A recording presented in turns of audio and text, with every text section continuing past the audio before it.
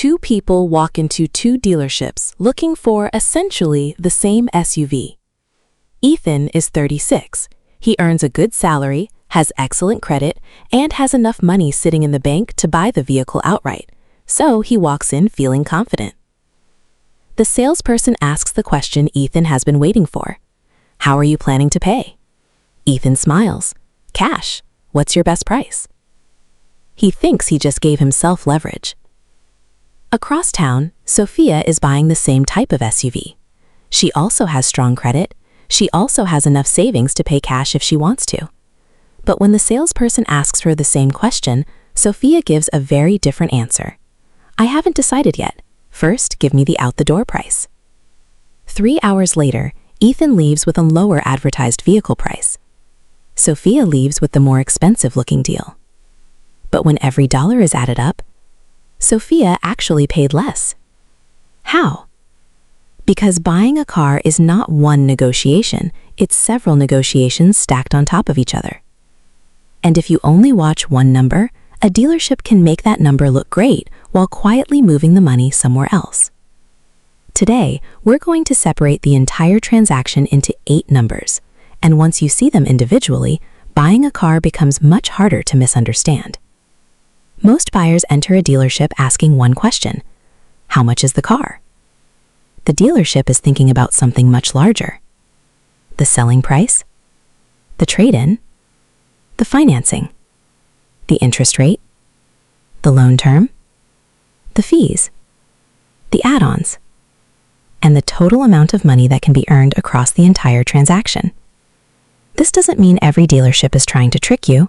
A dealership is a business. Businesses need profit. The problem begins when you don't know which part of the transaction you're paying that profit through. Maybe you negotiate $2,000 off the vehicle, but accept a weak trade-in. Maybe you get a great trade-in, but accept an expensive loan. Maybe the interest rate looks reasonable, but the loan is stretched over 84 months. Maybe the selling price is excellent, but the finance office adds thousands of dollars in optional products. That's why I want you to stop thinking about the car deal. There is no single deal. There are multiple numbers, and they need to be separated. Here's our map. Number 1, the selling price. Number 2, the out-the-door price. Number 3, dealer fees. Number 4, your trade-in. Number 5, cash versus financing. Number 6, APR and loan term. Number 7, finance office products. And finally, number 8, the total cost of ownership. If you understand those 8 numbers, the transaction becomes dramatically easier to see. Let's go back to Ethan and Sophia. The SUV they want has an MSRP of $41,800. The dealer advertises it online for $39,900. Ethan immediately focuses on that number. He negotiates hard. He gets the vehicle price down to $38,200. He feels fantastic. Sophia negotiates separately and gets $38,700. So Ethan is already $500 ahead, right? Not necessarily, because the selling price is only the first number. And this is where many buyers stop paying attention. A lower vehicle price does not automatically mean a lower transaction cost. That is one of the most important lessons from the hidden profit structure in the original case. The visible price can be only one part of the dealership's economics. So Sophia asks a second question. What's the out-the-door price? And suddenly, the conversation changes. The out-the-door price is the amount required to actually leave with the car, not the advertised price, not the payment, not the price before taxes, the total. Let's say Sophia's written quote looks like this. Vehicle selling price, $38,700. Documentation fee, $895. Dealer preparation fee, $395. Registration and title, added. Taxes, added. Now her out-the-door number is roughly $42,480. The exact total depends on location and applicable charges, so treat these numbers as an illustration, but the principle is universal.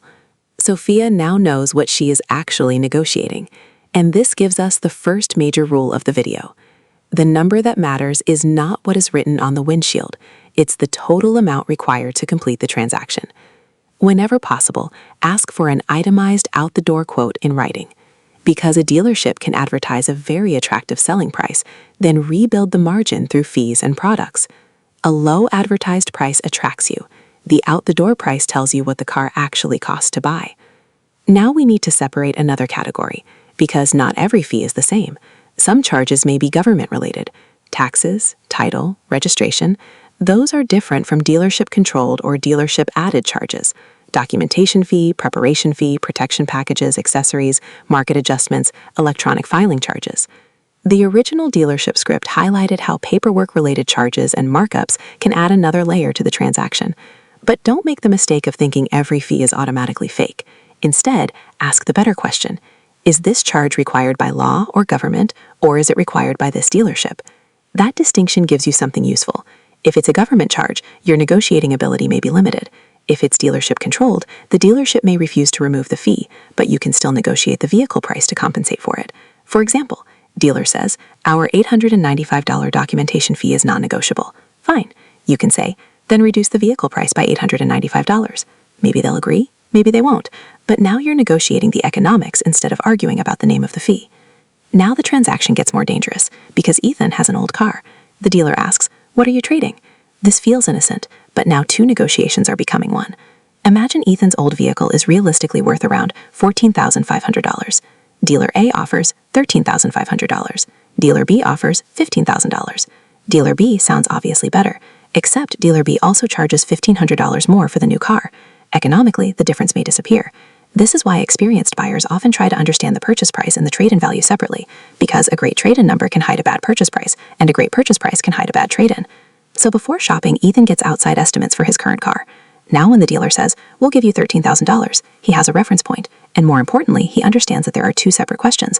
What am I paying for your car? And what are you paying for mine? Don't let those two numbers blur into one monthly payment. Now we reach the part that created the biggest argument in the comments: cash. For generations, people have been told, cash is king. And sometimes it is. Cash can eliminate interest. It can simplify your personal finances. It can remove a monthly payment. And psychologically, owning the car outright can feel extremely good. But a dealership transaction can work differently from many other purchases because financing itself can be a revenue source. The original script explained the reversal clearly.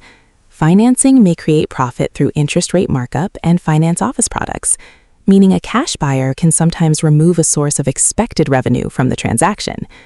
The mistake is turning that insight into another simplistic rule.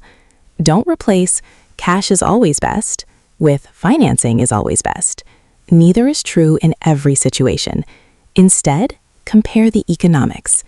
Cash may make sense when the financing rate is high, there is no meaningful finance incentive, you have sufficient emergency reserves after the purchase, and eliminating debt is important to you.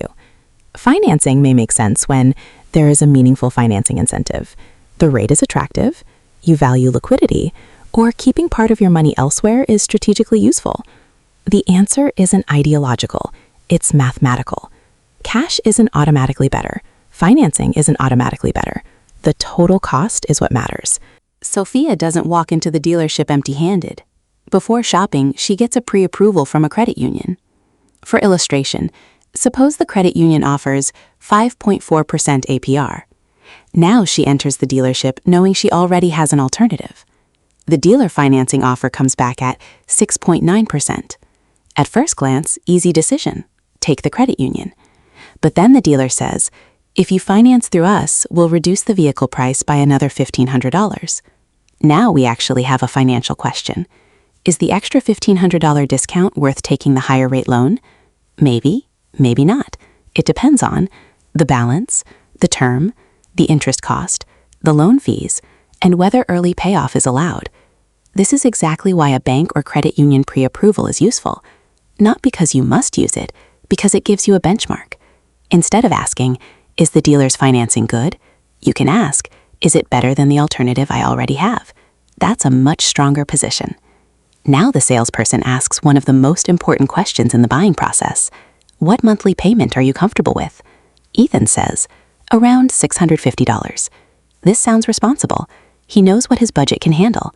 But a monthly payment alone tells you almost nothing about whether the financing is good, because I can make many expensive cars look affordable by changing the loan term.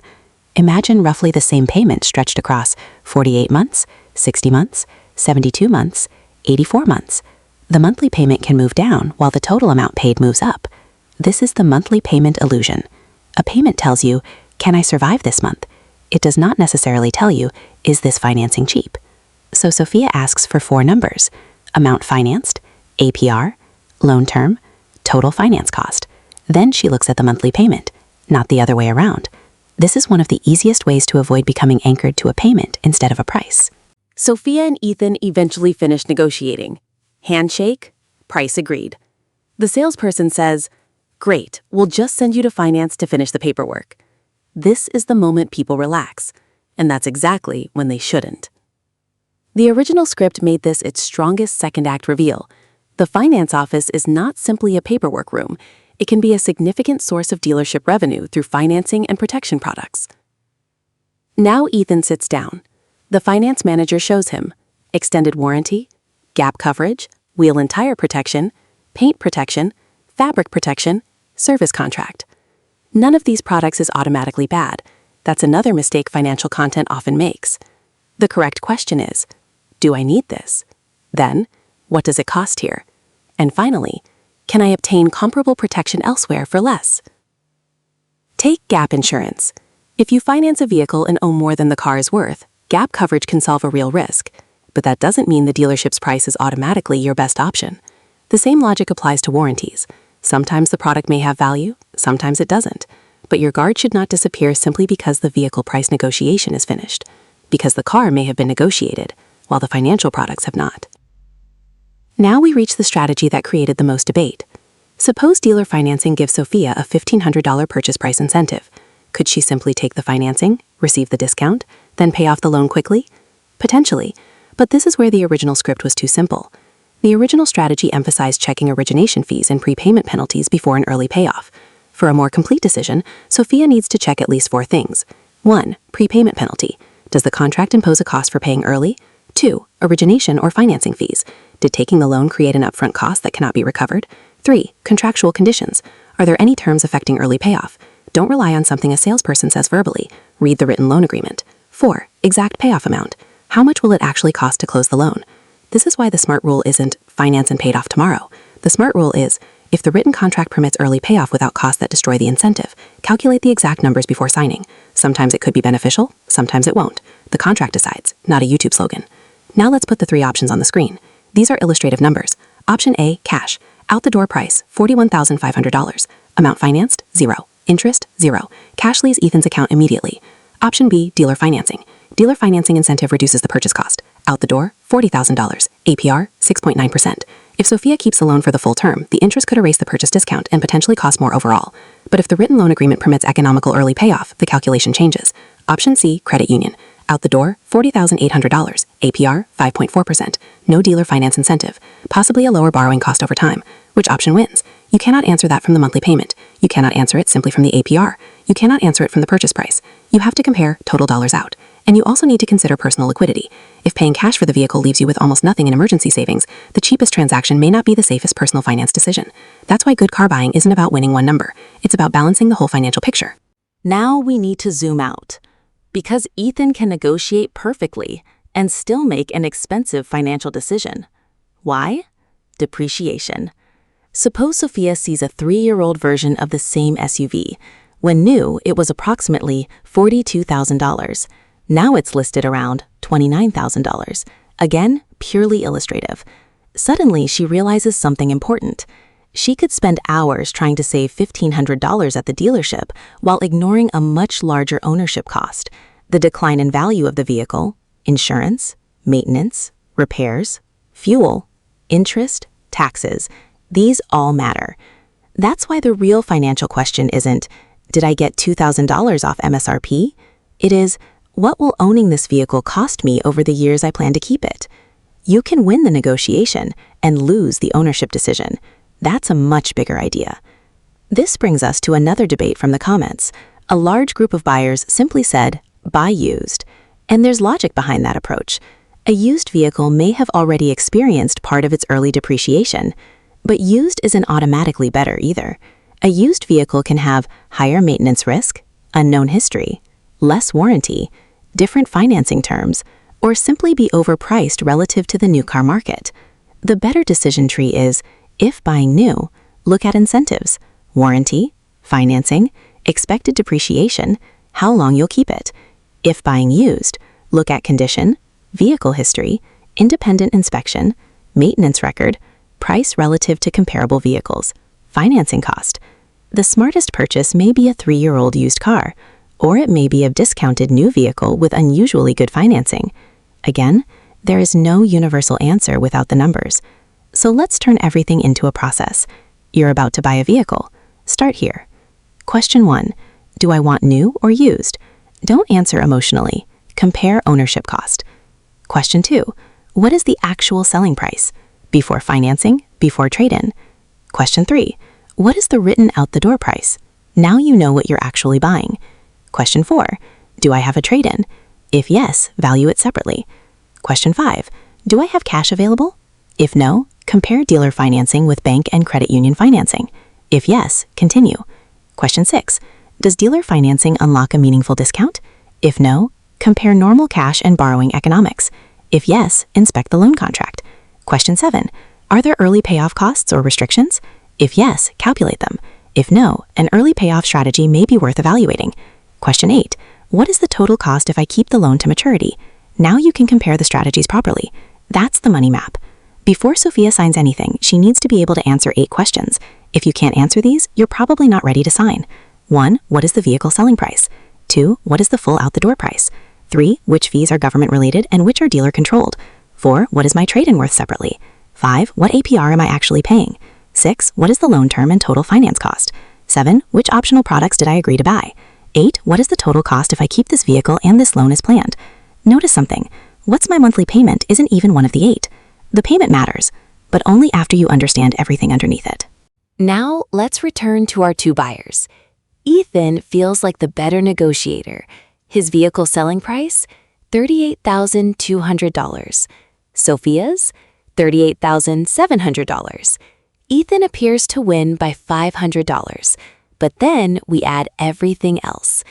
Ethan announced cash early. He accepted certain dealership charges. His trade-in wasn't strong, and he accepted an add-on because it sounded inexpensive relative to the entire vehicle. His effective transaction cost ends up around $43,900. Again, this is an illustrative scenario. Sophia paid a slightly higher vehicle price, but she negotiated using out-the-door numbers, kept the trade-in separate, had a credit union benchmark, used the financing incentive only after examining the contract, and declined products she didn't value.